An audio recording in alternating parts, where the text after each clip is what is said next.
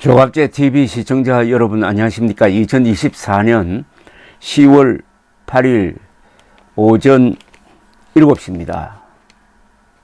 조선일보 사설면에 이런 광고가 나왔습니다.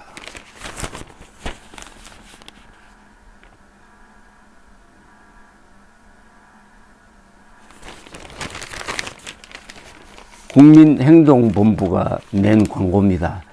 우리나라 정통 우파 세력의 중심에서 좌파 정부와 싸웠던 국민행동본부가 낸 의견 광고의 제목이 국민을 속이고 헌법을 짓밟는 윤석열 대통령은 정말 탄핵당하고 싶은갑니다.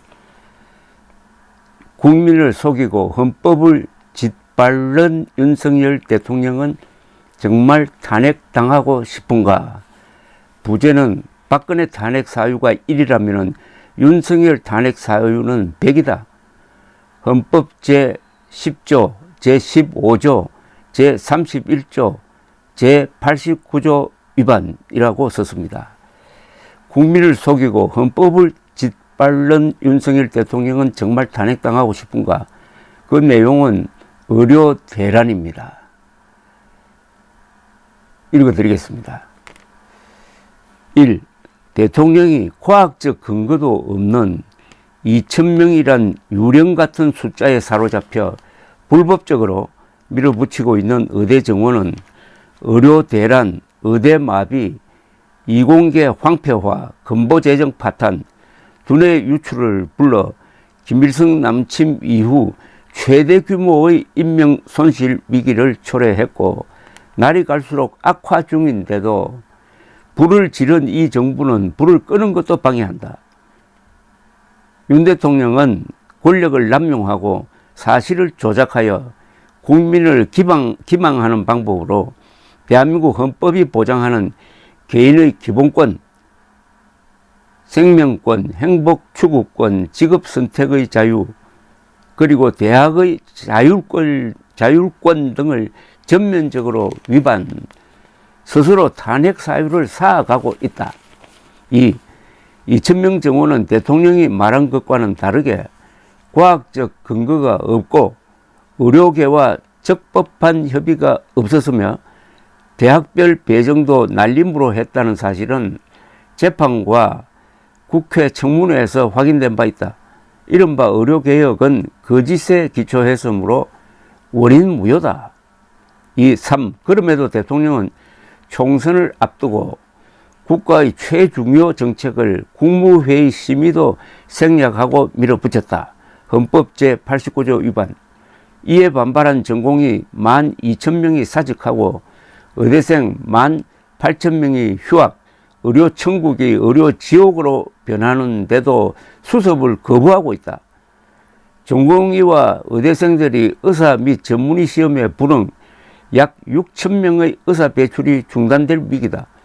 5년간 2,000명씩 의사를 1만 명 늘린다더니 시작도 하기 전에 약 36,000명의 의사 인력을 줄이는 셈이다. 의사 정원이 아니라 의사 가문에 성공한 것이다.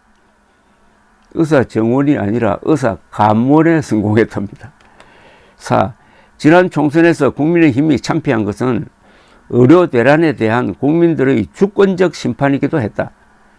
윤 대통령은 그런 민의의 불복, 과격한 정원 정책을 계속 밀어붙임으로써 응급실 파행, 수술 지연, 지역 및 필수 의료 붕괴, 전문의와 교수들의 사직이 이어져 의료 천국은 의료 지옥으로 변하고 살릴 수 있는 사람들이 죽어나가고 있다. 미필적 고의에 의한 집단살인 아닌가? 5. 윤석열 정부는 자유의사로 사직한 전공의들에 대한 부당한 압박과 수사로 헌법 15조가 보장하는 직업 선택의 자유를 짓밟고 휴학한 의대생들에 대하여는 휴학 승인도 유급 처리도 못하게 대학을 압박하고 있다. 적법하게 휴학을 승인한 서울의대에 대해서는 집중감사를 실시했다. 최재형 전 감사원장은 이의 불법성을 지적하면서 교육부가 감사를 받아야 한다고 했다. 교육부는 한국 의과대학들의 교육 수준을 국제적으로 공인해주는 한국의학교육평가원을 압박, 평가 기준을 변경, 의대교육 부실과 저질 의사의 양산을 강요하려 한다. 이는 정권적 차원의 채점 부정시험 획책이고 의료사고 유발 행위이다.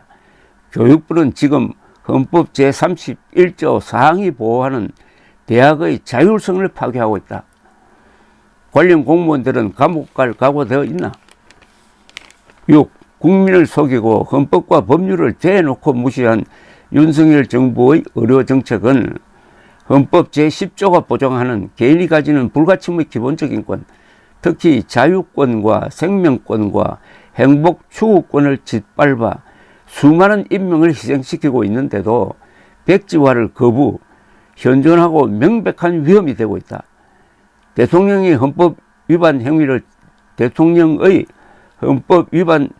행위를 뒷받침하는 과정에서 공무원들은 직권남용죄, 공무집행방해죄 및 업무방해죄를 저지르고 있다. 7.